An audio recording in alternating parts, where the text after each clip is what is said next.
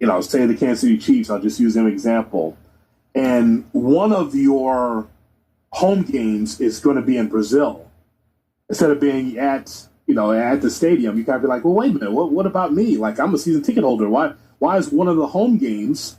Why is it in Brazil? Or if you're another team, you say, well, why is it in the UK? Well, why is one of my home games that I paid hard money for over the top to be able to pay for? Why is one of my home games in Germany? Or why is it in the UK? What we're doing here, Justin, now on a weekly basis, is we're covering the National Football League because as much as I love college football and really have loved the NFL for a long time, the NFL is a sport that you can't touch, that no other sport can touch. They're just that high on the plane of sporting events to watch and pay for and to be able to invest in.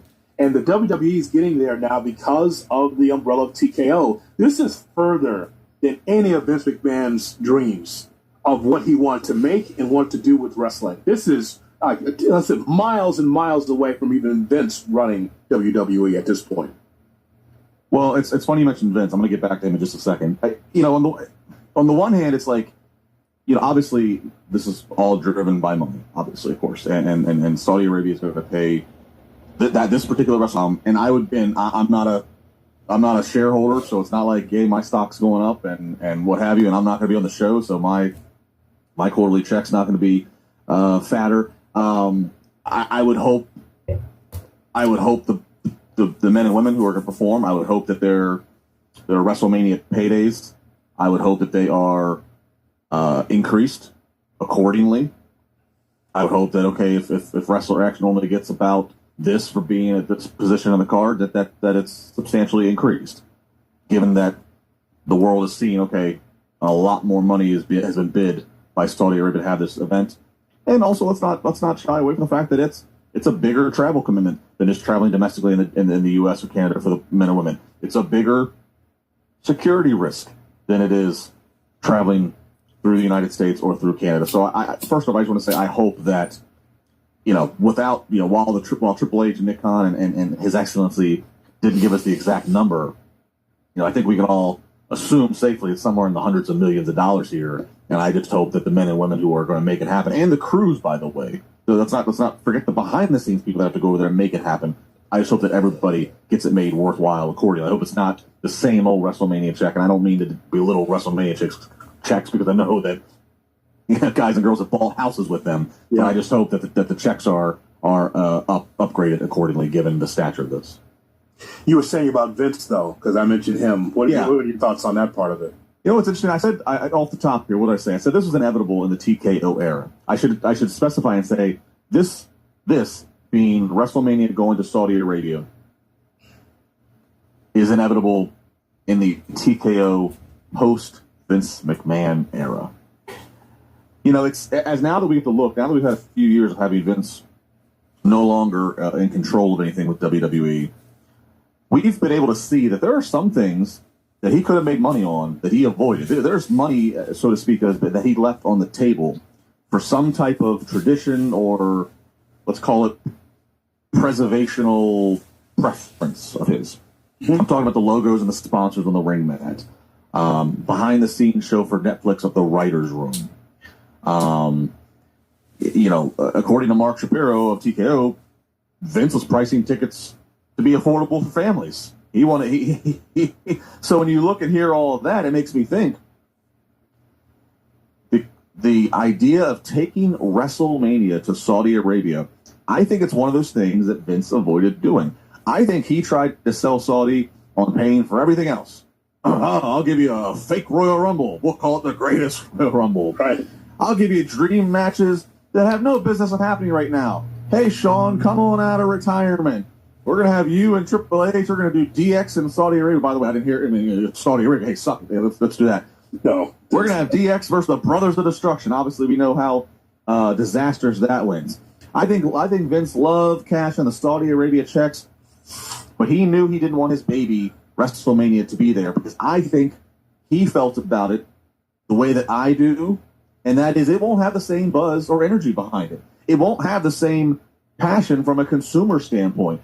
And this is not this is not me knocking the wrestling fans in Saudi Arabia or the ones in that region that will travel to Riyadh. This is more me praising all of the other fans around the world that won't. You know, I've been to dozens of WrestleManias, and year after year, you're in a different location, and you know, sometimes I would see some of the same people that I only see once a year. People that I met from Australia that I met through wrestling or that followed whatever work I was doing or Europe or wherever. People travel from all over, and there was just a passion and a buzz that took over me. This was people internationally. If they had their 2-week holiday, they would, you know, take 1 week to go explore wherever they wanted in the world, and they would take the other week to come wherever WrestleMania was, and they just did the entire experience, the meet and greets, the other indie events maybe, and it just, there was such a passion there, and I don't think that's going to be the case. And again, I'm not saying that the fans that are going to be in Riyadh aren't passionate and excited, but I think it's just going to cut off a lot more people. How many American fans are going to travel there? And I know that somebody's listening and saying, you know, oh, well, Americans get WWE however many weeks out of the year. And yes, that is true, but I still am saying Americans, Europeans, Australians, I don't know. I don't know how much travel there's going to be into Saudi Arabia, into that region of the world, given that it feels like at any given point, just here in this country, the United States, is saying, we don't know if we suggest you traveling to that part of the region, given what's going on, stuff that's out of all of our control. So I think I look back and I just think, I'm like, wow, like I think Vince, I'll give you a fake Royal Rumble.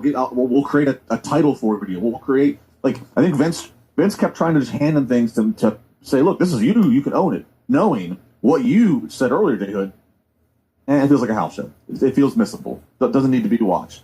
And it's almost like Saudi Arabia finally said, okay, all right, enough of this feel good.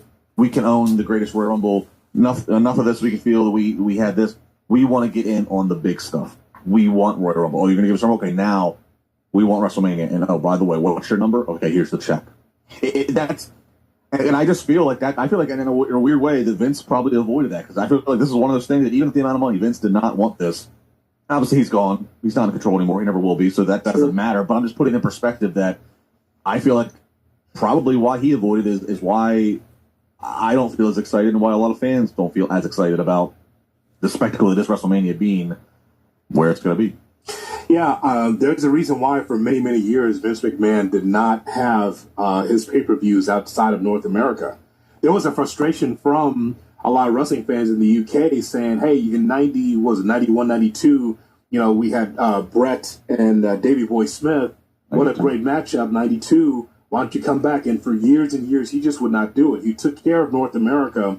And it's not like the WWE didn't travel, but as far as bringing the cameras and the pageantry of a WWE PLE, that's something that Vince just did not do and did not want to do that. So I'm sure on the library for WWE, there's some house shows, and it's leaking out every now and then in the vault that you see some stuff you haven't seen before from outside of the United States. But, you know, WrestleMania coming to Saudi Arabia, I watched that press conference, and I just stared into my phone watching this because we saw this with UFC first. I remember UFC in its infancy, Justin, and to see where it is now, just like WWE is going to be traveling to Poland and they travel to the UK and this place and that place, UFC has already mastered that, of traveling to a lot of different places because the money's there.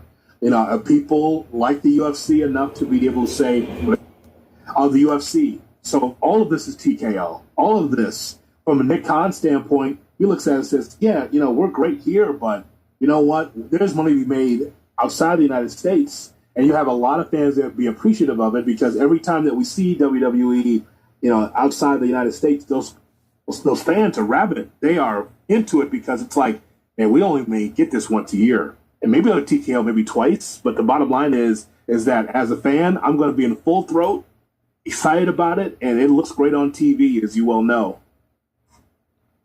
I don't like it, but I understand.